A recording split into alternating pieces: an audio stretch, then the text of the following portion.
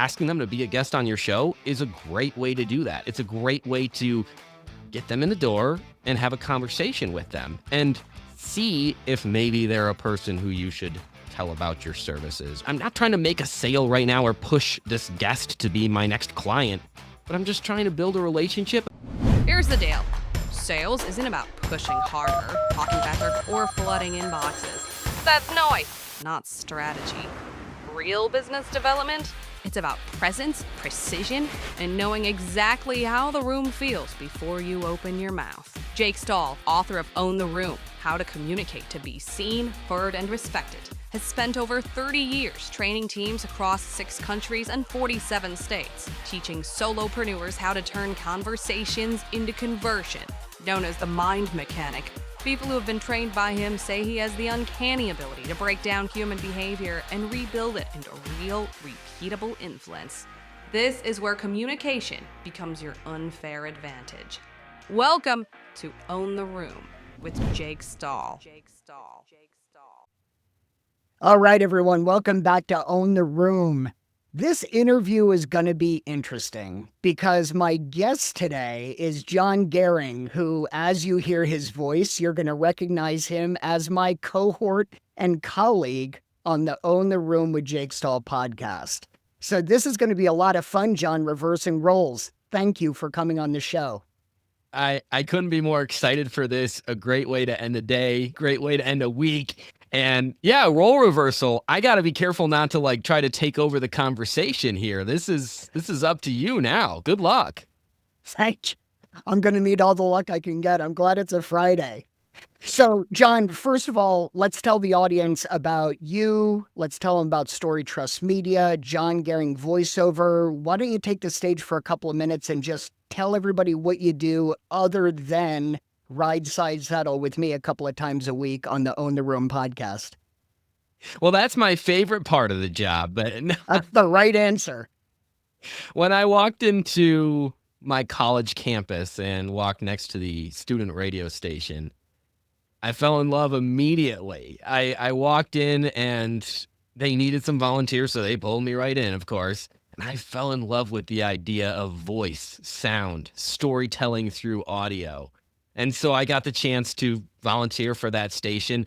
I did that throughout college. It got me an internship and eventually a job in local radio. And radio was my passion. Radio still is my passion to a certain extent.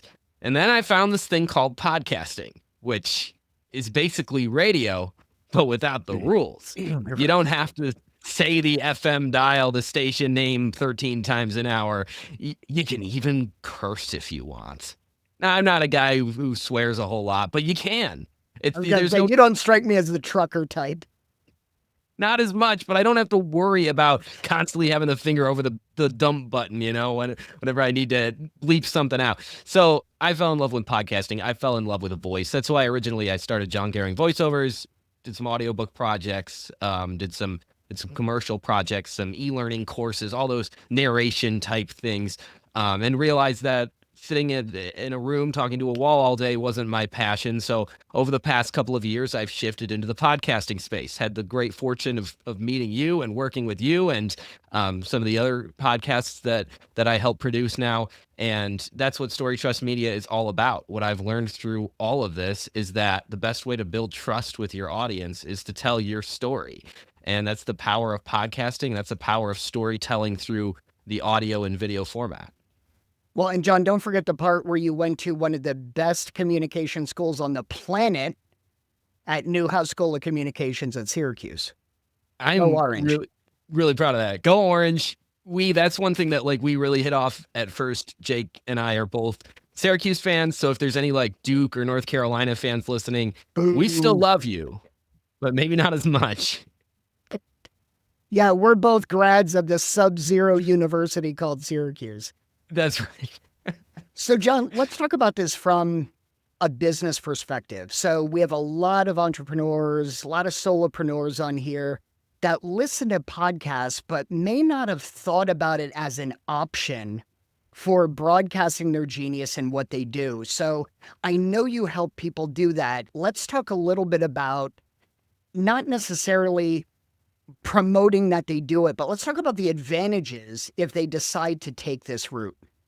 So 3 main advantages to starting a podcast. Number 1 is just content, right? Like we're all trying to create content for our social media profiles, for our website. And it's a daily battle for some solopreneurs waking up in the morning going, well, I got to tell LinkedIn something. I got to connect with my audience somehow. I got to write some sort of monthly newsletter. And so they usually phone it in and say something corny. But having a scheduled way to block out your time, that is one huge advantage of podcasting. You got a scheduled monthly calendar where maybe you record maybe only one day a month for a couple hours and you hammer out 4 podcast episodes. Now you can repurpose those into email newsletters, into videos for your social media. And so it's just from an efficiency standpoint, podcasting makes sense for the busy solopreneur. Number 2, an advantage is relationship building. Having guests on your show is a great way to build relationships. You're actually letting them borrow your audience, so you're providing a service and value to them. Jake, people might say, well, Jon's on your show, so he's the one providing value to you. I consider this exchange as you providing value to me because you're letting me borrow your audience. Now, if you have a huge guest on, maybe you could argue that there's value both ways, right? For sure. But it's a great relationship builder and a relationship accelerator. And the third main advantage is the trust builder and the trust acceleration factor, where there's been a lot of studies done on this, somebody hearing your voice and seeing your face is much more likely, over 100 times more likely, they say, than reading words that you wrote. And with all of, mass-produced content these days and AI-created content these days, our authentic voices and faces mean more than they ever have before. So those are really the 3 main advantages to podcasting. You're building trust, you're building relationships, and you're creating a content engine for your brand. Jon, those are 3 great reasons, but I can almost hear people in the audience cringing because I could hear somebody saying, Jon, I don't have anything interesting to say. What the hell am I going to talk about every week on a show? Well, you know some people who do, I bet. I bet you have some guests on who share their story, who maybe it's hopefully relevant to your audience. You reach an audience through other people. You try to leverage their networks because sure, you're giving them an opportunity to speak on your platform.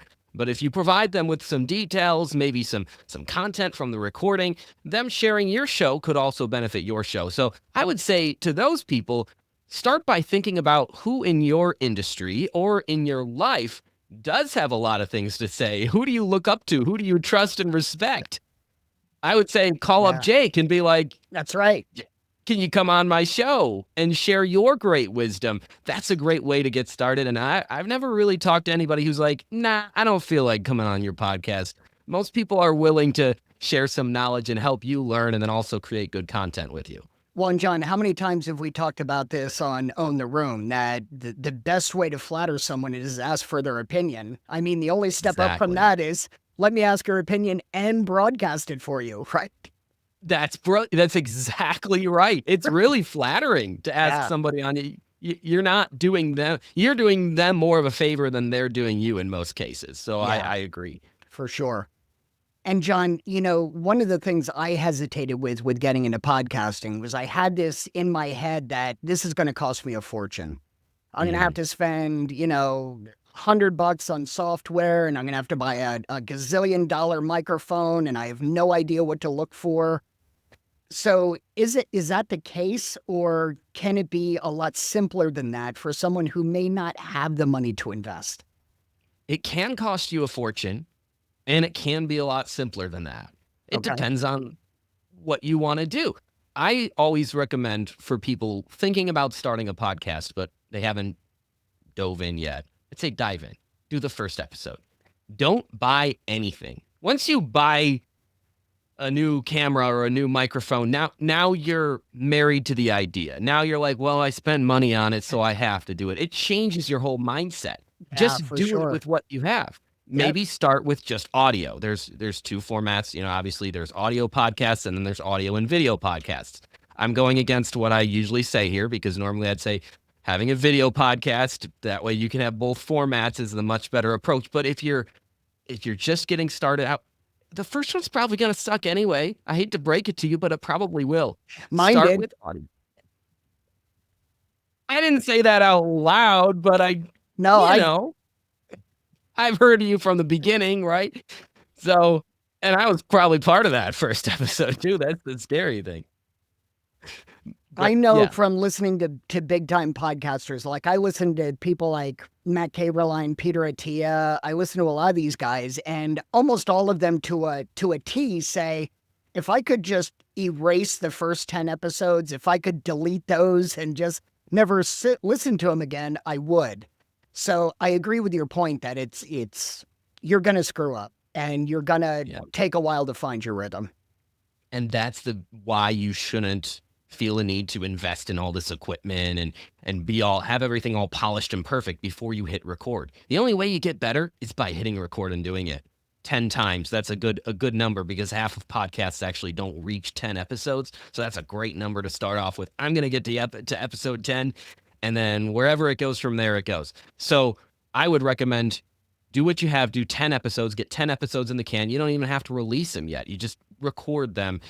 See if you're improving, see if you like it, see if it's creating good content for your brand, and then consider investing in something higher quality. Those podcasts where you see like 3 different camera angles and like all perfect lighting and stuff, they didn't start that way. In fact, they weren't that way for years.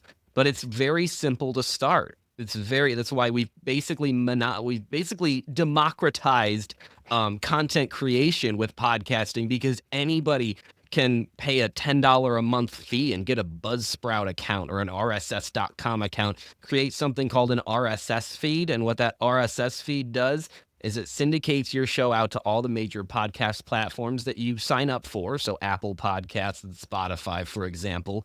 And now you're a podcaster. You have a podcast. The next step is to embrace that identity and then find ways to improve that show to help build trust for your brand, because that's ultimately what you're doing. So, and it's interesting that you say that, because you were talking about how it can be simple. You see a lot of podcasts that have the intro and the outro and lights going and background effects and green screen. It sounds like you're saying that you don't need that investment in the beginning. That authenticity seems to resonate better than maybe production value. Did I hear that right? Absolutely. And I'll take it a step further, Jake. Honestly, you can overdo it too. You can actually erode trust or have a negative effect by overproducing. Now, don't get me wrong, you're not in danger of doing that up front, because that's only like the highest end production where there's all sorts of effects, and it takes away from the authenticity of the conversation. So Yeah. obviously production quality, high production quality is important, but I would just caution people against getting really enamored with the high production quality, because we've seen that trend in content lately where just somebody sitting on a couch or driving in their car holding up their phone can go viral with a 30-second quick video. Yeah. That's what people are seeking these days, that authenticity, not so much that polish and flash. So you just said something interesting. I'd like to pursue it a little bit. I think a lot of people hear about a viral video, and the first thing they think in their head is, how do I create that? How do I go viral right away? And I don't know, John, but it feels to me like that's somewhat of an illusion, that getting a viral video may not always be intentional. You may put out a video that just all of a sudden for some reason catches fire, and another video you put out that you think you just, spelled out how to find the Holy Grail just dies. So Yes. is there a secret to the viral video, and should we even be chasing that? Oh, boy, that's a great question. I get that all the time. It's one of the most discouraging questions I face. Hey, how do I go viral? And I'm reminded that I'm mere mortal, and I have no secrets for you. And you may not want to hire me anymore, because no, I can't flick a switch and make you go viral. You're immortal to me, John. It's anybody who says that they can make you go viral, they're lying to you. There's just, the algorithms are so complex. There are whole podcasts, if you want to, not to direct you away from this show, but if you want to go find content about how algorithms work, but it changes by the day. So people are constantly chasing it and updating it. But algorithms work in such complicated ways. They're taking, say, and I'm just making this up, but say the first minute of after that video is posted, how much interaction does it get? How much time spent viewing does it get? All of these different statistics, where people are viewing it from, all of these things. And then they're making a very early judgment to say, this video is either going to be pushed up in the algorithm or pushed down. And if you're pushed down within that first minute of the video being posted, good luck recovering from that. And that's why the quality of content is not often related to popularity of content. Popularity of content, because what do we do when we go on our social media feeds? We just scroll. So we're at the mercy of whatever shows up to us. And so in order to be the one showing up, it's a whole series of factors that, quite honestly, nobody knows. And even if you did for one platform, you wouldn't know it for the other platforms. So all we can do is stay consistent, keep creating quality content, put in those best practices that we know, but just build trust with the audience by showing up over and over and over again, not chasing some sort of viral clip. So, not to push back on this, but you said something interesting. You said producing quality content. Yes. And I guess what I would want to say is, when I was first looking at doing podcasting, the only thing that came through my head was, what am I going to say? I mean, what quality would I have? So is it fair to say that quality content would be merely that person who's doing the podcast speaking about something that they're good at or know about, and in that way it's quality? So it's quality for the broadcaster, not necessarily specific to an audience. Is that fair? I would say start with who, right? Simon Sinek always says start with why, and it's a great concept. But start with who. Who are you talking to? Okay. And then it's kind of like the story brand framework. I don't know if you're familiar with Donald Miller. Sure. He always talks about being the guide, not the hero, right? Quality content is defined to me as something valuable to the audience. So what is the big takeaway from the audience? Always put yourself in the audience's shoes. I don't know. Does that answer your question? To me, it does. So it the basically definition says of that. I provide something I know about and that may appeal to a certain audience sector, and I provide that, and I count on the fact that that audience is going to find value in it, right? Exactly. I would agree, because there are things that we may know or may be experts at. I mean, we're talking about playoff football, right? Yeah. You may, but probably don't care about my opinions about the games this weekend. That's not my level of expertise, right? So would that be quality content? Me just rambling about football games when I'm no expert on that? No. So you know, what you want to talk about isn't always what's actually quality content. Find your niche, find your who, and then deliver consistent quality to them with your expertise, what you know about, what they can value from hearing. And forget about pleasing everybody, I think, is the bottom line that I'm hearing here. You're not going to please everybody. There's going to be people who dislike what you say, and that's okay, right? That's been a big mindset shift for me, honestly, Jake, and probably I know you too. It was for me too, sure. Yeah, we've gone through this where it's like we don't want to offend anybody, and that's probably a personality thing too. Like, I'm very like, okay, I don't want to offend you. I don't, that's why I've needed your guidance on selling when, not lowering my prices, not compromising in those ways. And that's why you're such a valuable person to talk with about that. But yeah, it's the same thing with content. We're so worried about offending people, and, well, I better take the middle of the road lane, not to make a bold statement one way or the other. Really, content on the internet that's successful these days is that kind of content that is polarizing in some ways, which, we don't want to polarize just for the sake of polarizing. Just to polarize.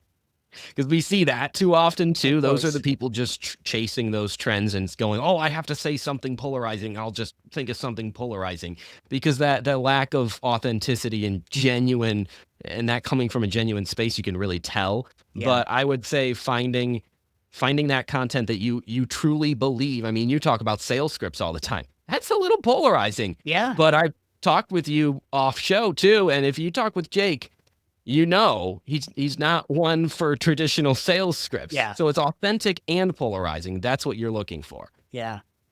No, that makes a lot of sense to me. So one thing you said earlier, and I definitely want to circle back to, was you said a lot of podcasts don't make it past the 10th episode. So I think the last time I looked, and correct me if I'm wrong, the last time I looked, there was like 3,500,000 podcasts out there. Are you telling me that most of those didn't get past a 10th episode? Over 50% of, now it's over 4 million podcasts. Oh Over my God. 50% of them have not. And that goes back to, we have democratized content creation through podcasting. Anybody can do it. Same thing with a YouTube channel. Anybody can start a YouTube channel, right? It's not that hard. So people An idiot with a camera. I know, it's scary, isn't it? People see that number of podcasts and they go, oh, it's such an oversaturated place. I don't even want to, why bother? Well, remember that the goal of your podcast isn't necessarily to now be the number one podcast in the world because you started it and now your podcast exists as, the end all be all of all podcasts. It's not necessarily to defeat all the other podcast competition out there, but also realize that the real competition is not even as big as you think it is, because there are so many podcasts that were started, ignored because people got frustrated. It was too hard. It's just like anything, just like New Year's resolutions, right? I have this great idea. I'm going to work out 6 times a week and blah, blah, blah. And then it kind of fizzles out over time. People get motivated. They drop off. That happens in podcasting too, because it's so easy to start and there's no real incentive to keep going, especially if you haven't built up an audience. It's funny you say that about the New Year's resolutions. We're recording this on January 9th, 2026. And the funny thing is, I read somewhere that today is the deadline for most people's resolutions. Oh, that if it's they like made a Twitter Day. resolution on January 1st, they've dropped it by the 9th of January. Wow. I guess I'm doing pretty good. If I can make it till tomorrow, I'm ahead of the curve. You're well ahead of the curve. So I think that when you start a podcast, at least it was for me, when we started one together, John, there were certain measurements of success that you look at. And you and I have talked a number of times about how many listeners do we have, how many people are hanging in, so things like that. How do we measure whether our podcast is doing anything? Because I think to get past like episode 10, we want to know that somebody's listening. So what do we use as markers for, hey, I'm growing, I'm doing okay, I should really continue with this? Well, a podcast is kind of like a car. Now, hear me out on this. Yeah, okay. It depends on what you want to accomplish with your podcast. So, Okay. I don't know, Jake, what makes a good car? To you, what makes a good car? Wow, there's a lot of things. I would say for me, it's the looks, the comfort, The looks. how it handles. Okay. Yeah. So it's all of those fancier, higher end things that probably cost more. I'm guessing your car isn't some old clunker that you're. I have a beat up Jeep, but my other car's a BMW. So yeah, Hey, don't I have both ends of the spectrum. don't hate on the Jeeps, but so I know it's a silly analogy, but when we think of a podcast being like a car, it's because people have different goals with cars. We look at people driving those beat up Jeeps and we go, who are those losers, right? So I'm a Probably- loser. I see where this is going. You have BMW, so you depends on the day for you. Got But it. you see that and you go, okay, well, what do they want out of their car? Well, they want it to get them from point A to point B, and it's been very successful in doing that. Some people with their podcast, they just want that podcast so that they can maybe learn something. Ben Albert is a mutual connection of Yes. ours, and if you're from the Rochester area, you know Ben. He started his podcast because he was curious to learn. I was a guest on a podcast. A 15-year-old started a podcast called How Do I Make It Big? He invited me onto the show. I said, wow, that's an honor. You're inviting me onto a show called How to Make It Big. That must mean something. Right. But in all seriousness, he's looking to learn. And the kid's Yeah. going to be super successful because Yeah, he's I'm sure. investing in this learning. So that's one reason it's going to get you from point A to point B. You're learning from your podcast. Do you care about the numbers? It would be nice, but it's an added bonus. Some people, maybe the next tier up, they want to learn something. They also want to build relationships. They want to invite guests on who they want to keep in their network. So, maybe that's your Hondas or whatever. There's different levels of goals in podcasting. And then maybe your Maseratis, your, high end. I'm not a real big car person. I don't know, but Maserati's a good car. There you go. Lamborghini, I could throw together Italian syllables and probably come up with a few more too. But those are, the podcasts that really care about growth, reaching an audience, going viral, expanding, building a real reliable network of listeners and viewers. So all that I say to kind of give that analogy of it really depends on what you want your podcast to be. And that's how you measure success. Okay. Yeah, and I think you and I have talked about that before too, is everybody's definition of success is much different. So, True. Yeah, got it. So the other question that I would imagine the audience is probably thinking is this something I can monetize? Can I make this a form of income? And so I'd like you to talk realistically of how realistic is that? And what are the different ways you could monetize a podcast if that's the direction you wanted to go? That ties into the previous thought that we had perfectly too, because that is a lot of people's goal. And that would be, one of those higher end goals. You're going to have to put more effort into your podcast if you want it to be monetized than you're going to put into it if you just want to meet people, right? But if you're looking to monetize a podcast, you're really looking for about 30,000 listeners or viewers or a combination of both a month. So if you're doing one episode a week, that's, say 8-ish thousand viewers or hits on your episode. Ultimately, that may get a sponsor's attention. That's one way to do it. There are different services that you can go through to try and find a sponsor for your podcast, to get ads run on your podcast, and you'll make, a fraction of a penny per person that gets exposed to that ad, right? So it's kind of like YouTube monetization. You might be familiar with that. You need a certain amount of watch hours, and then every view you get a fraction of commission for, not commission, but you know what I mean, just a fraction of payment for seeing that ad. Right. So that's one way to do it, and there's nothing wrong with that. The other way that I would recommend, especially newer, more niche podcasters to do, is to consider what your niche is. If you have a podcast that's specifically talking to, like, Own the Room, we're talking to solopreneurs here, right? That is a niche. I was on a podcast one time. It was a podcast for roofers. That was it. It was just a podcast for roofers. And I was on the show to talk about podcasting for roofers. I mean, who knew it was a thing? But their sponsor, they didn't have 30,000 people watching a month, but their sponsor was like a roofing CRM type system. And their sponsors saw that their audience was very dialed in, very engaged. And even though they only had, a couple thousand viewers a month instead of 30,000, they saw that it was a great opportunity to reach a very specific niche. So I would say if you're going to monetize, you could try for that, like, just volume, just get as many people watching as I can, and then get just a random sponsor. But if you really want to take it to the next level, don't just have an episode that all of a sudden has a McDonald's ad in the middle of it. Right. Have an episode that actually speaks to your audience, and let the sponsor be aligned with that audience. One of the things that I've encouraged people to do, that I've coached, is to try and guest on a podcast.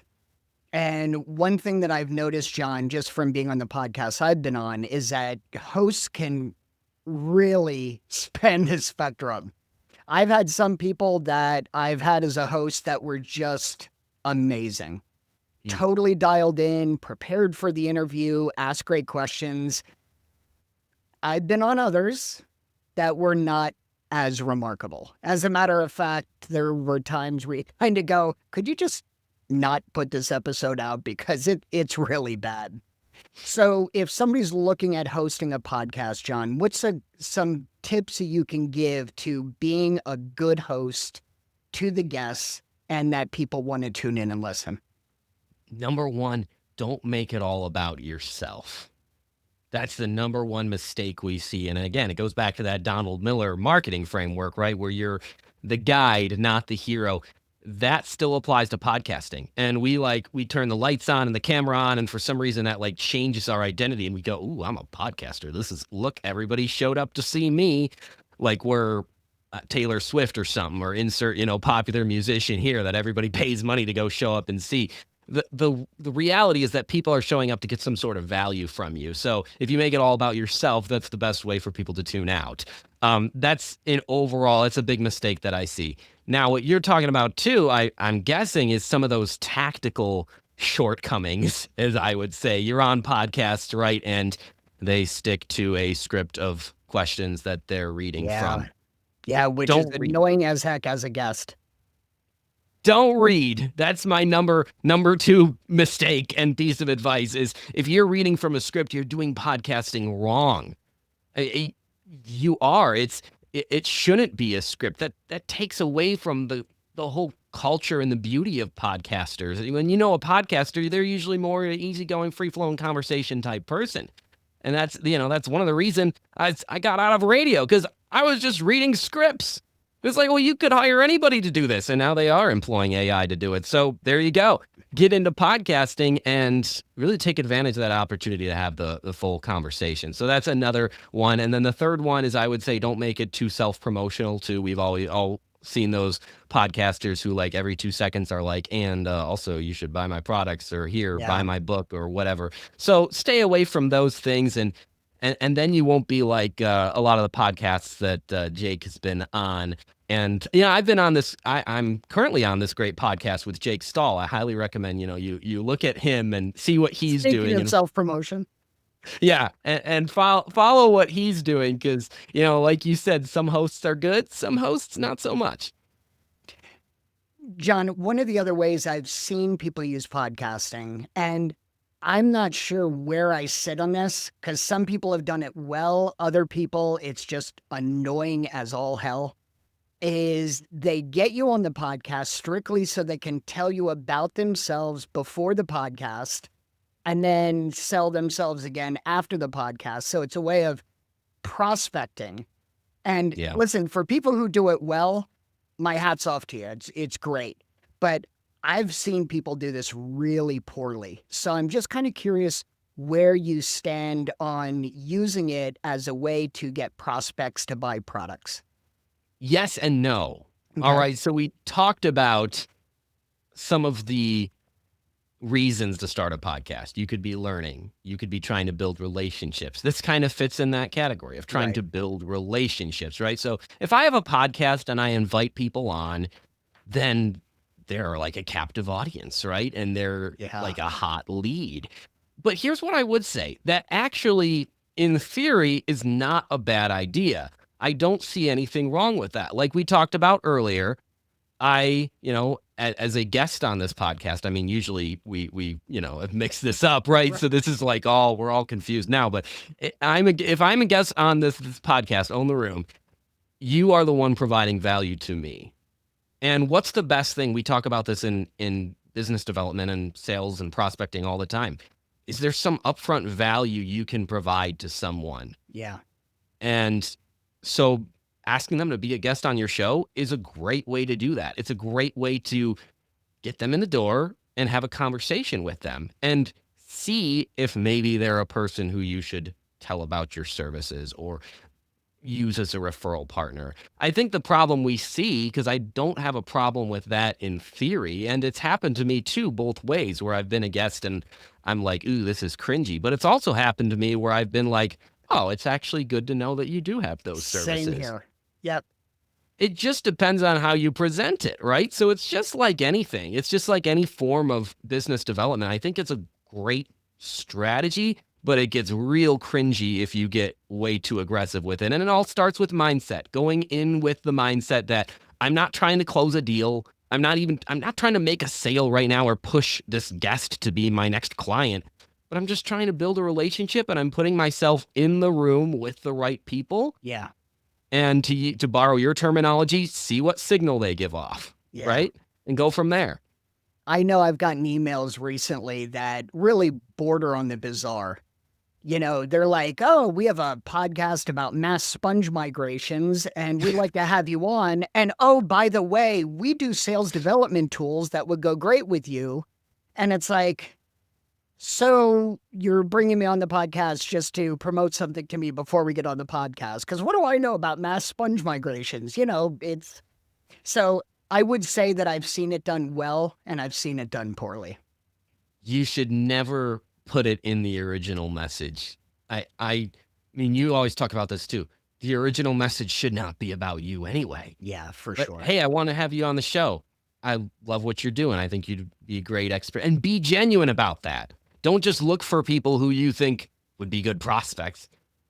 Have your podcast live in the same area where there are naturally good prospects for you, and then the two things will work themselves. That's building relationships, and that's one of the powerful things about podcasting. Yeah. So those people aren't like so far off that they should totally abandon the concept. It's just that they're being way too aggressive, not patient enough, and just it's cringy. Yeah. So, John, God, 35 minutes has gone by. Wow. We could talk for another hour on this topic, but one thing I love to ask the guests is you're exceptional at what you do. I've used you Thank for well over a year now. You are, in my opinion, top flight. Love what you do. My guess is over the years, you've heard a lot of myths that you'll hear something and you'll go, that's just so not true. So share a couple of myths with us that you hear that just are not based on reality. Well, the top myth about podcasting is that you can set it and forget it, that you can release episodes, that you can release content, and if you create it, they will come. Which doesn't make any sense. The reality of podcasting is that if you take that mindset, you're going to have a podcast. Sure, it's going to live in a dusty corner of the internet somewhere, and nobody's ever going to find it. People think like SEO is the most important thing. Look, SEO is important because for people searching for certain terms, you want to show up. But SEO in and of itself is not going to take your podcast from 0 to now. Relationship building is, and that's the power of leveraging guests, borrowing their network to promote your show. That's the power of doing the dirty work. There's no shortcut to this success. Doing the dirty work of asking for reviews, asking for YouTube subscribers, just guerrilla marketing. That's what podcasting is. And I wish I could tell you that with some pixie dust, you could change that. Because if I knew, we would have already done that, right, Jake? Like we would be Joe Rogan. Yeah.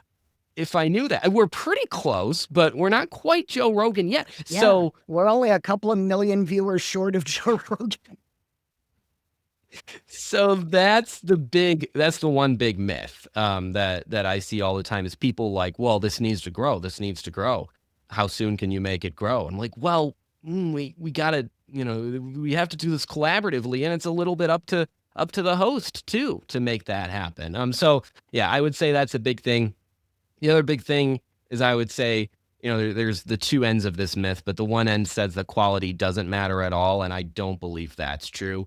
Obviously, like I said before, you can get too obsessed with high quality and bells and whistles, which, is one mistake. But the other, probably more severe mistake is ignoring quality altogether. And, you're 10 episodes in, now you're starting to build some momentum and you don't upgrade the camera, you don't upgrade and you just expect, well, I don't need to because I didn't start with it. Why do I need to upgrade?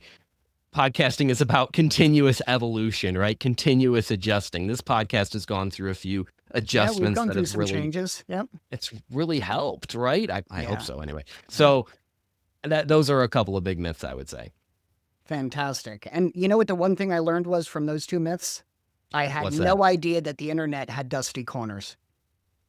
You would think somebody would just get in there and clean. I wish too. There are some dark places. You don't know what I mean? I mean, haven't you been up at like 3 a.m. scrolling through social media or on YouTube Shorts? No. You haven't done that? No. Good for you. No. You want to find the dusty corners. That's where you go. No, as a matter of fact, my kids keep me up to date on things like TikTok. And they're like, Dad, look what I saw on TikTok. And it's like, listen, do you even know that person? I mean, The irony of me as a content creator is that I hate viewing content on social media. I can imagine. You're I like probably a creating it. content snob, right? Yeah, yes. I can't just scroll like that for too long. It kills me. I decided my New Year's resolution was that I wasn't going to speak to anyone who doesn't listen to my show. So Ooh. that's going to be my resolution. Did you quit that today or? Uh, yeah, it'll be quit shortly, I'm sure. But Jon, listen, just to the audience, Jon is exceptional at what he does. And Jon, you're even, if I recall correctly, you are one of the co-hosts of a rather popular podcast. Would you share which one that is? I'd like to think so, right? Yeah, no, it's the Limitless Leadership Lounge. I've teamed up with two great leaders. One who has been a mentor of mine for a long time. We live in the same town, and he was actually a teacher and coach at the high school that I went to, and a college professor that I've learned a lot from as well. So I teamed up with them to create the Limitless Leadership Lounge, and we bring on leaders from all walks of life. We talk about the idea of leadership because I've found that as a solopreneur, it is so important to be a good leader, which people are like, but you haven't hired anybody full time yet. No, but leading yourself is just as important as leading others. And I firmly believe that as a solopreneur. So we talk about the different motivations to start a podcast. For me, that one's learning. I'm not here to make that podcast go viral. In fact, we're breaking a lot of the traditional rules to try and make podcasts go viral. We're just trying to learn. And I've learned so much and made some really cool connections, I must say. I would highly recommend listening to the episodes that feature Jake Stahl because you are featured on several of them. Have we had you on 3 times, I think? Yeah, you've had me on a couple of times. I will say I listen to that podcast constantly, and some of the guests you have had on were just unbelievable. So I don't know how you get the big names like that, but it's really good job. Yeah. So, It's great Jon, to you learn also from do them. audiobooks Yes. and you also do voiceover. So tell people where they can reach you, what your services are, and if they want to hire you, what's the best way to contact you? Yeah, so the audiobooks and voiceovers, that's kind of a subdivision of Story Trust Media. Jon Goehring voiceovers, very authentic there, very original too. That's my voiceover business that I started coming out of radio, and so the best way to find me to learn about all this stuff, whatever you're looking for, is one of 2 places, either storytrust.media, which is my website, storytrust.media, to learn more about the brand, or maybe even better, connect on LinkedIn. I stay very active on there and love connecting with new people who are looking for advice or just to bounce some ideas off, or who are maybe looking for podcast production or some more other forms of audio production like audiobooks, as you mentioned. Great. And Jon, you have some very nice packages too for people who want to get started in podcasting, where you will help them and coach them along, correct? Yes, I have 3 different packages for that. I mean, if you're looking to start a podcast, would love to have a conversation about that. Great. Perfect. So, Jon, thank you for coming on. This was so much fun reversing the roles. I really enjoyed this. So thank you for being a guest.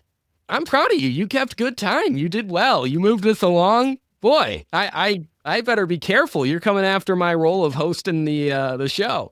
If only. Thank you, Jay. Thanks for checking out Own the Room with Jake Stahl. If you've gotten value from this episode, share it with the solopreneur in your life who wants to know how to communicate to be seen, heard, and respected.